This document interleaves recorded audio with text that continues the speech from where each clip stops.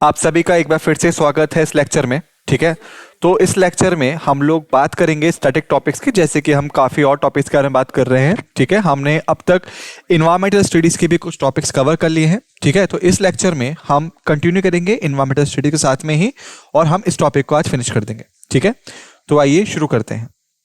तो बेसिकली इस लेक्चर में हम जो बात करेंगे, हम बात करेंगे वाटर पॉलिसी की, जो कि फॉर्मुलेट हुई थी 1987 में। ठीक है, तो इससे पहले मुझे लगता है कि हमें कुछ पॉइंट्स को डिस्कस कर देना चाहिए। ठीक है, और साथ के साथ कुछ रिवीजन भी हम कर लेंगे, जिससे कि हमें टॉपिक से पहले बिल्डअप प्रॉपर मिल पाए। ठीक है, तो बेसिकली अगर हम इंडिया की बात करें, इंडिया के दो वाटर रिसोर्सेज हैं, एक है फ्रेश वाटर और दूसरा है मरीन वाटर। ठीक है, तो अगर हम मरीन वाटर रिसोर्स की तरफ देखें तो पहला जो हमें मिलता है वो ये है कि ये है साउथ में, इंडिया के साउथ में, सदर्न पार्ट में। ठीक है, सदर्न में हमारे पास दो वाटर बॉडीज हैं, एक है बे ऑफ बंगाल, बंगाल की खाड़ी भी आप कहते हैं उसे कई बार, और एक है अरेबियन सी। ठीक है, अरब सागर। ऑलराइट, और अगर हम टोटल कोस्टल लैंड की बात करें, जितना हमारे पास है टोटल कोस्टल लैंड, तटीय क्षेत्र हमारे पास जितना भी है वो है लगभग आपका, अब ये क्वेश्चन है आपके पास एक्चुअली। ठीक है, तो मैं आपको बताना चाहता था, लेकिन मुझे लगता है कि मुझे आपसे ही क्वेश्चन पूछ लेना चाहिए। ठीक है, तो मैं अब आपसे पूछता हूं कि इंडिया के कोस्टल लेंथ की टोटल लेंथ क्या है। ठीक है, मैं आपको 20 सेकेंड्स दूंगा इसके बारे में, और फिर मैं आपको आंसर बताऊंगा। आपका समय शुरू होता है अब। 1 2 3 4 5 6 7 8 9 10 11 12 13th 14th 15th 16th 17th 18th 19th 20। Times up. तो टोटल कोस्ट लाइन जो है इंडिया का वो है 7,500 किलोमीटर्स। ठीक है, अगर मैं अब आपसे दोबारा पूछूं कि ऐसा कौन सा स्टेट है जिसके पास मैक्सिमम कोस्टल लेंथ है, तो मैं आपसे फिर से क्वेश्चन पूछने जा रहा हूं। ठीक है, और थोड़ा सा आप कहोगे कि लिटिल बिट मॉडिफाइड है प्रीवियस क्वेश्चन का ही। मैंने प्रीवियस लेक्चर में आपसे टोटल लेंथ पूछी थी, इसमें मैं स्टेट का नाम पूछ रहा हूं। ठीक है, जिसके पास मैक्सिमम कोस्टल लेंथ है। ऑलराइट, तो मैं अब आपको फिर से 20 सेकेंड्स दूंगा और फिर आंसर बताऊंगा। आपका समय शुरू होता है आपसे। 1 2 3 4 5 6 7 8 9 10 11 12 13th 14th 15th 16th 17th 18th 19th 20। Times up. तो करेक्ट आंसर है गुजरात। ठीक है, टोटल कोस्ट लेंथ जो है वो 7,500 है, और गुजरात के पास सबसे ज्यादा कोस्ट लेंथ है। ऑलराइट, तो हमने यहां पे मैरीटाइम रिसोर्स के बारे में फिनिश कर लिया है। अब हम बात करते हैं फ्रेश वाटर रिसोर्सेज की। ठीक है, फ्रेश वाटर रिसोर्सेज की। ऑलराइट, तो बेसिकली इंडिया के पास दो तरह की वाटर सिस्टम्स हैं, एक है पेनिनसुलर रिवर सिस्टम, दूसरा है हिमालयन रिवर सिस्टम। ठीक है, अब मैं आपसे एक क्वेश्चन पूछने वाला हूं फिर से कि पेनिनसुलर में और हिमालयन में क्या डिफरेंस है, और ये डिफरेंस जो है थोड़ा सा बड़ा है, इसलिए मैं आपको 30 सेकेंड दूंगा और फिर मैं आपको आंसर बताऊंगा। आपका समय शुरू होता है अब। 1 2 3 4 5 6 7 8 9 10 11 12 13th 14th 15th 16th 17th 18th 19th 20। Times up. 30 seconds था। Okay okay. 21 22 23 24 25 26 27 28 29 30। Times up. तो बेसिकली अगर हम बात करें पेनिनसुलर के बारे में, हम पेनिनसुलर से शुरुआत करेंगे पहले। ठीक है, तो आप कह सकते हैं कि पेनिनसुलर जो है ये बेसिकली सीजनल रिवर सिस्टम होता है। ठीक है, और जिसमें कि जो आपका ज्यादातर पानी होता है वो आपका बरसात के दिनों में या फिर कह रेनी सीजन्स में इकट्ठा होता है। ठीक है। दूसरा पॉइंट है कि ये अक्सर आपके पुराने होते हैं हिमालयन रिवर सिस्टम के मुकाबले। ठीक है। तो ये ओल्डर होते हैं, याद रखिएगा, हिमालयन रिवर सिस्टम से। ठीक है। तो ये था पेनिनसुलर के बारे में। ठीक है।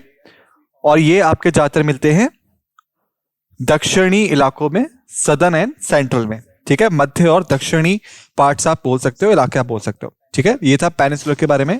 उसके बाद अगर हम बात करें अब हिमालयन रिवर सिस्टम के बारे में,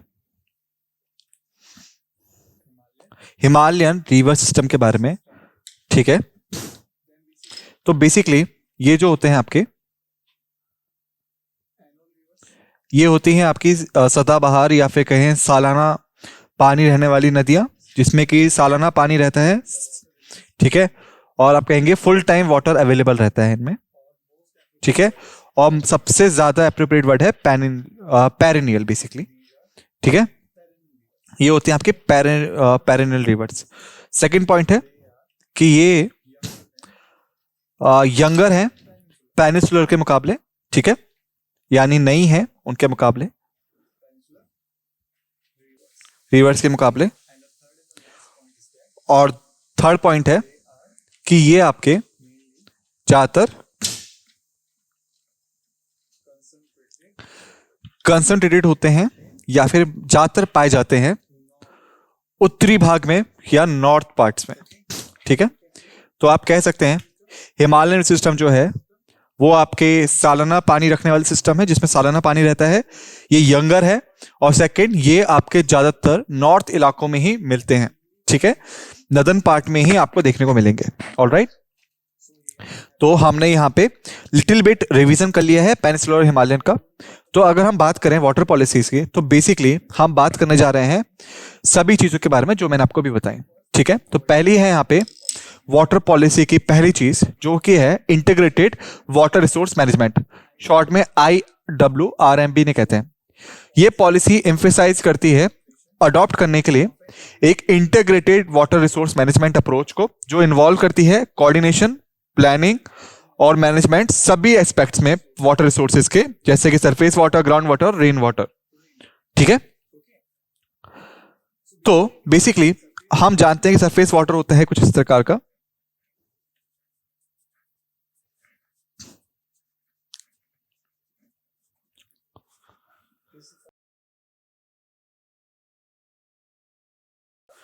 ये हुआ आपका सरफेस वाटर। ठीक है। और इसके बाद अगर ये आपका शहर है और एक रोड है, और तो यहां पे बारिश हो रही है, ठीक है, इस तरीके से, और जो पानी है वो यहां पे जमा होता जा रहा है, ये होता है रेन वाटर। ठीक है। लेकिन ग्राउंड वाटर कैसे बनता है, ये क्वेश्चन है कि क्या हमारी पृथ्वी के अंदर से पानी आता है, कहां से? तो आंसर है नहीं। असल में ग्राउंड वाटर फॉर्मेशन कैसे होती है, ये देखते हैं। ये है आपका एक जमीन, जिसमें कि कहीं कहीं पे कुछ ऐसे पॉइंट्स हैं जहां पे कि जो पानी है वो सरफेस से जमीन के अंदर जा सकता है। ठीक है। तो अंदर जा सकता है कुछ कुछ जगहों से। यहां पे ऐसे कुछ पॉइंट्स हैं सरफेस पे हमारे पास इस एग्जांपल में। ठीक है। तो अर्थ क्रस्ट जहां पे कि लिथोस्फेयर को हम बोलते हैं, यहां पे कुछ ऐसी जगह है जहां से पानी नीचे जा रहा है। ठीक है। और फिर इकट्ठा हो रहा है ग्राउंड के अंदर। ठीक है। और ये यहां पे बनता है ग्राउंड वाटर। ठीक है। और ये बेसिकली होते हैं आपके लाइमस्टोन वाले क्षेत्रों में। और यदि अगर आप एग्जांपल है सेडिमेंट्री रॉक्स का, ठीक है, तो आप कह सकते हैं कि सेडिमेंट्री रॉक जो होते हैं वो पोरस होते हैं। ठीक है। इसी वजह से यहां पे जो पानी है सरफेस के ऊपर, वो आसानी से, जो सरफेस वाटर है यहां पे, वो आसानी से नीचे एक्यूमुलेट हो सकता है। ठीक है। इनसाइड द अर्थ, और ये आपका बनाता है ग्राउंड वाटर। ठीक है, ऑलराइट। तो पहला है integrated water resource management.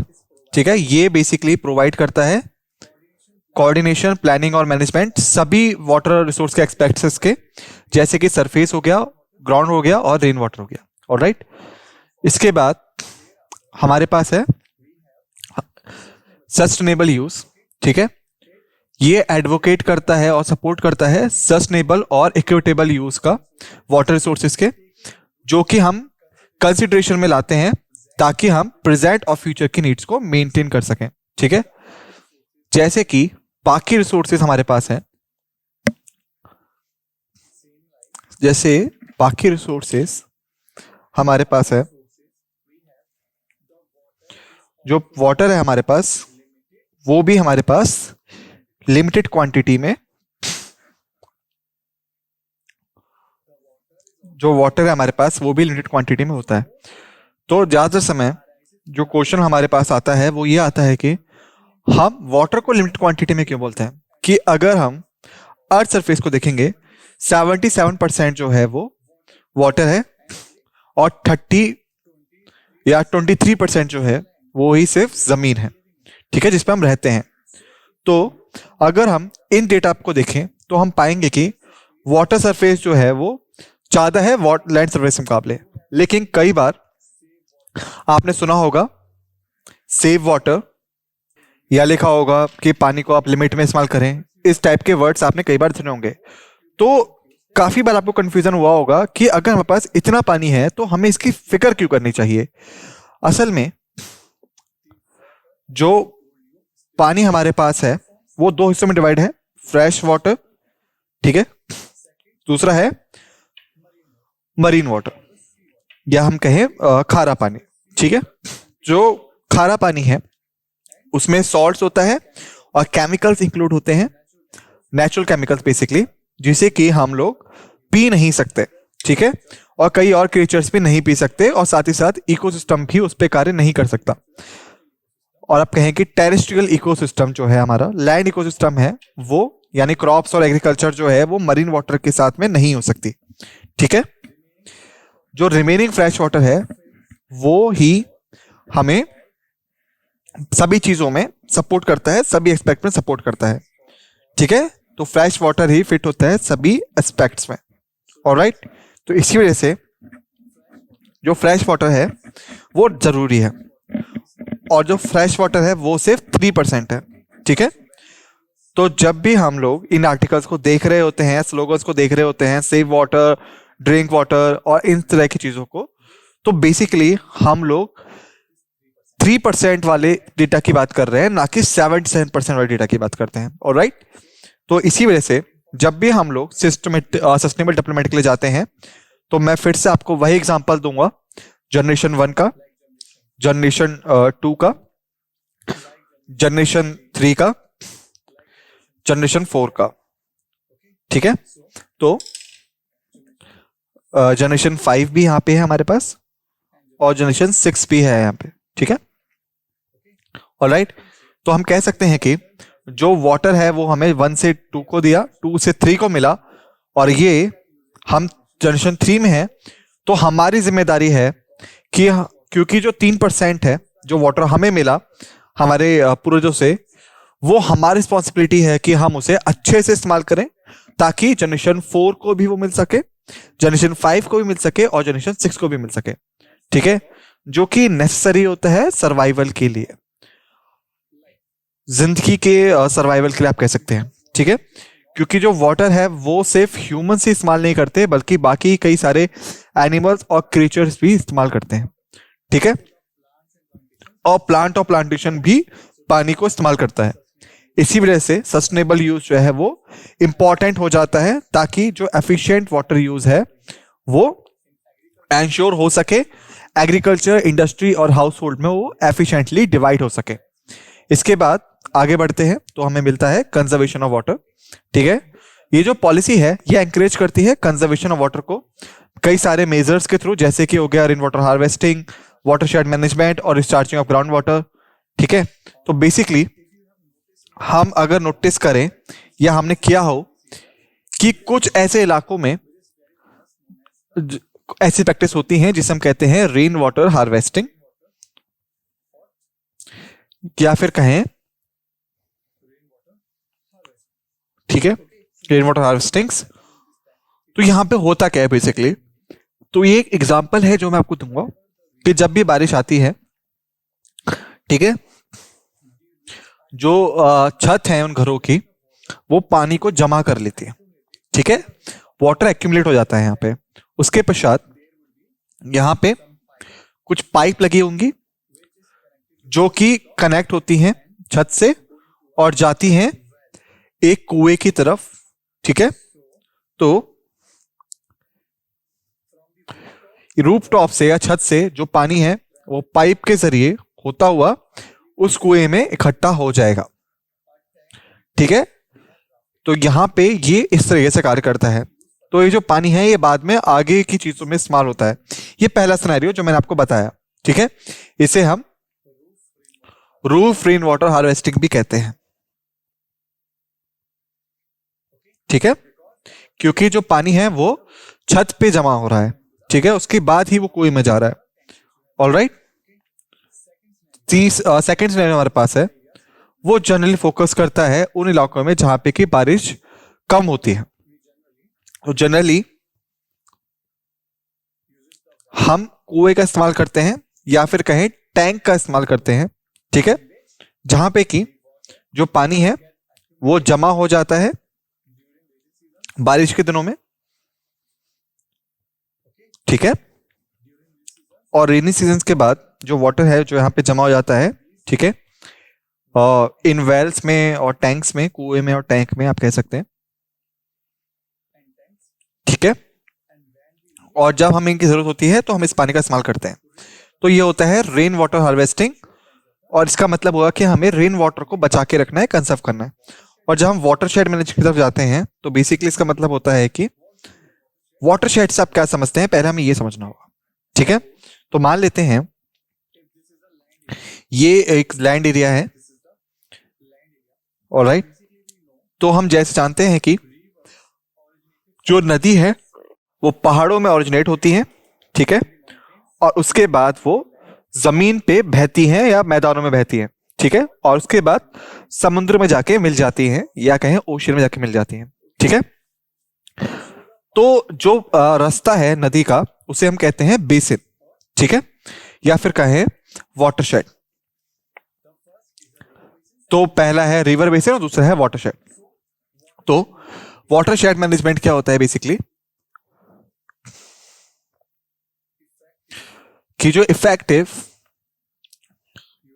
Usage होगा वाटर का during path of river before merging with ocean, ठीक है। तो हम कह सकते हैं कि नदी का जो रास्ता होता है पहाड़ से ओरिजिनेट होके ओशन तक जाने का, इसके बीच में हम उसका कितना अच्छे से इफेक्टिव इस्तेमाल कर सकते हैं वो होता है वाटरशेड मैनेजमेंट। क्योंकि एक बार जैसे ही ये फ्रेश वाटर समुद्र में मिल गया तो ये कन्वर्ट हो जाएगा फ्रेश टू सॉल्ट वाटर, ठीक है। तो इससे पहले पहले ही हमें इसे इफेक्टिवली इस्तेमाल कर लेना चाहिए, और ये होता है वाटरशेड मैनेजमेंट, ठीक है। इसके बाद हम बात करें रिचार्जिंग ऑफ ग्राउंड वाटर की। तो बेसिकली हमारा मतलब होता है कि जब भी हम ग्राउंड वाटर का इस्तेमाल करते हैं तो हमें यह इंश्योर करना चाहिए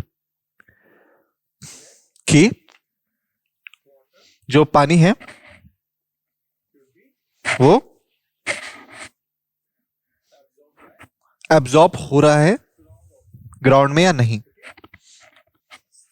तो हम ना सिर्फ ये इंश्योर कर सकते हैं कि जो कंक्रीट स्ट्रक्चर्स हैं, ग्राउंड वाटर जो स्ट्रक्चर्स बनते हैं ग्राउंड पे, वो बेसिकली क्या करते हैं, ग्राउंड को कवर कर लेते हैं, जिसकी वजह से जो पानी है वो ग्राउंड में जमा नहीं हो सकता, क्योंकि कंक्रीट स्ट्रक्चर को वो पार नहीं कर सकता। और कंक्रीट स्ट्रक्चर अगर नहीं होगा, खुला मैदान होगा, तो पानी आसानी से जमीन में एब्जॉर्ब हो जाता है और नीचे ग्राउंड वाटर में एक्यूमुलेट हो जाता है या जमा हो जाता है। इस तरीके से जो रिचार्जिंग है ग्राउंड वाटर की वो कैरी ऑन होती है। ठीक है, अब आगे आते हैं तो हमारे पास है पॉल्यूशन कंट्रोल। तो ये बेसिकली मेन कंसर्न होता है हमारा। प्रीवियस लेक्चर्स में मैंने आपको बताया था कि अगर मान लेते हैं ये एक फैक्ट्री है, ठीक है, और ये एक आप कहें कि कोई नहर है या वाटर स्ट्रीम है जो कि फैक्ट्री के पास से जा रही है, तो ये फैक्ट्री क्या कर रही है, प्रीवियस लेक्चर में हमने एग्जांपल लिया था कि यहां पे ये डिस्चार्ज कर रहे हैं खराब केमिकल्स को इस रिवर में या फिर इस नहर में। ठीक है, और जो लोग हैं जो ये कंज्यूम कर रहे हैं इस वाटर को, वो अफेक्टेड हो सकते हैं। ठीक है, और कई सारे जो क्रिएचर्स हैं, क्या कहें कि हम जो एक्वेटिक लाइफ है वाटर की, ठीक है, जो कि पानी के अंदर रहते हैं जीव जंतु, ठीक है, या फिर कहें इनसाइड दी वाटर स्ट्रीम वाले जीव जंतु हैं जितने भी। ठीक है, तो जो पॉल्यूटेड वाटर है वो सिर्फ ह्यूमंस के लिए हार्मफुल नहीं है, बल्कि उन जीव जंतु के लिए भी हार्मफुल है जो एक्वेटिक लाइफ जीते हैं। ठीक है, क्योंकि इसकी वजह से जो हमारा इकोलॉजिकल बैलेंस है वो अफेक्ट होता है। ठीक है, तो हम ना सिर्फ प्रोविजन देते हैं पॉल्यूशन कंट्रोल का, बल्कि इसके सिवा अगर हम बात करें नेशनल इन्वायरमेंट पॉलिसी को, जो कि आपकी फॉर्मुलेट हुई थी कब, अब ये क्वेश्चन है आपके लिए। ठीक है, मैं आपको 15 सेकंड दूंगा आंसर बताने के लिए। आपका समय शुरू होता है अब 1 2 3 4 5 6 7 8 9 10 11 12 13 14 15 टाइम्स अप। ठीक है, तो ये पॉलिसी जो थी ये आपकी आई थी 2006 में। ठीक है, अगर आपको याद हो तो। और हमने इसके अंदर क्या प्रोवाइड किया था, क्या प्रोविजन था हमारा, कि अगर एक्स वाई जेड अफेक्ट करता है रिसोर्सेस को, जैसे कि वाटर, तो जो एक्स वाई जेड है वो लायबल होगा, पे करेगा कंपनसेशन। ठीक है, और इसी के साथ साथ रिमेडिएशन कॉस्ट को, यानी साफ सफाई के खर्चे को भी। ठीक है, तो अगर यहां पे कोई भी फैक्ट्री है एक्स वाई जेड, और इसी फैक्ट्री के ऐसे अगर ये जो नेचुरल सोर्सेस है, जैसे ये वाटर नहर है या पानी की नहर, ये खराब होती है, तो एक्स वाई जो है वो लायबल है कंपनसेशन पे करने के लिए जो अफेक्टेड हुए हैं, और इसी के साथ साथ ये लायबल है रिमेडिएशन कॉस्ट पे करने के लिए जो कि इस पानी को साफ करने के में इस्तेमाल की जाएगी। ठीक है, या कहें रिस्टोर द ओरिजिनल कंडीशन में। ऑलराइट, तो ये जो प्रोविजन था इसको हमने नेशनल एनवायरनमेंट पॉलिसी 2006 में भी दिया था। ऑलराइट, इसके बाद हम आगे बढ़ते हैं तो हमारे पास आता है इक्विटी एंड सोशल जस्टिस। ठीक है, ये पॉलिसी रिकॉग्नाइज करती है need to ensure equitable access to water resources उन मार्जिनलाइज्ड एंड वनरेबल कम्युनिटीज के लिए भी, और प्रमोट करती है सोशल जस्टिस और इंक्लूसिव वाटर रिसोर्सेज मैनेजमेंट को। ठीक है, तो बेसिकली अगर हम बात करें या मैं आपको ले जाऊं सिविक्स पार्ट पे, तो आपको याद होगा कि आर्टिकल 17 में हमने डिस्कस किया था कि अनटचेबिलिटी को, ठीक है, आपको याद होगा ये चीज, हमने डिस्कस की थी अनटचेबिलिटी आर्टिकल 17 में। और मैं आपको थर्ड क्वेश्चन देने वाला हूं अब। ठीक है, एग्जैक्टली थर्ड नहीं है, लेकिन मैं आपको एक और क्वेश्चन दूंगा अब, और वो क्वेश्चन ये है कि किस किंगडम के राज्यकाल में अनटचेबिलिटी जो कॉन्सेप्ट है वो आया था।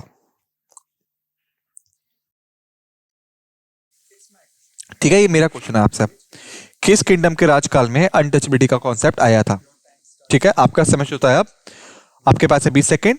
1 2 3 4 5 6 7 8 9 10 11 12 13 14 15 16 17 18 19 20। Times up. तो जो पहला इसका जो मतलब करेक्ट आंसर है वो है आपका गुप्त एम्पायर या गुप्ता डायनेस्टी। ठीक है, तो गुप्ता साम्राज्य के दौरान अनटचेबिलिटी का कॉन्सेप्ट जो था वो आया था पहली बार।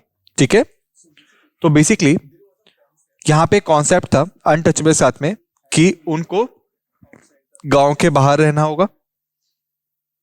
ठीक है, और उनको परमिशन नहीं थी पब्लिक रिसोर्सेज को इस्तेमाल करने की। ठीक है, और आप कह सकते हो कि जो वाटर रिसोर्सेज हैं वो भी पब्लिक रिसोर्सेज में आती हैं। ठीक है, जैसे कि आप कहें कि तालाब हो गया आपका, रिवर हो गया आपका, नहर हो गया आपकी। ठीक है, लेकिन अनटचेबल जो थे उनको अलाउड नहीं था कि वो पब्लिक रिसोर्स का इस्तेमाल करें।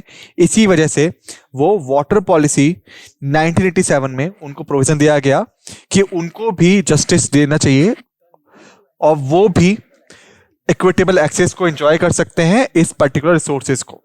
ठीक है, और ये मिला किनको, मार्जिनलाइज एंड वनरेबल कम्युनिटीज को, और शॉर्ट में आप बोल सकते हो अनटचेबल्स को। ठीक है, तो इसने प्रमोट किया सोशल जस्टिस और इंक्लूसिव वाटर रिसोर्स मैनेजमेंट को। ऑलराइट, तो चलिए आगे चलते हैं। इसके बाद है कम्युनिटी पार्टिसिपेशन। हमने डिस्कस किया था इसके बारे में बहुत बार कि अगर आपको इन्वायरमेंट को कंजर्व करना है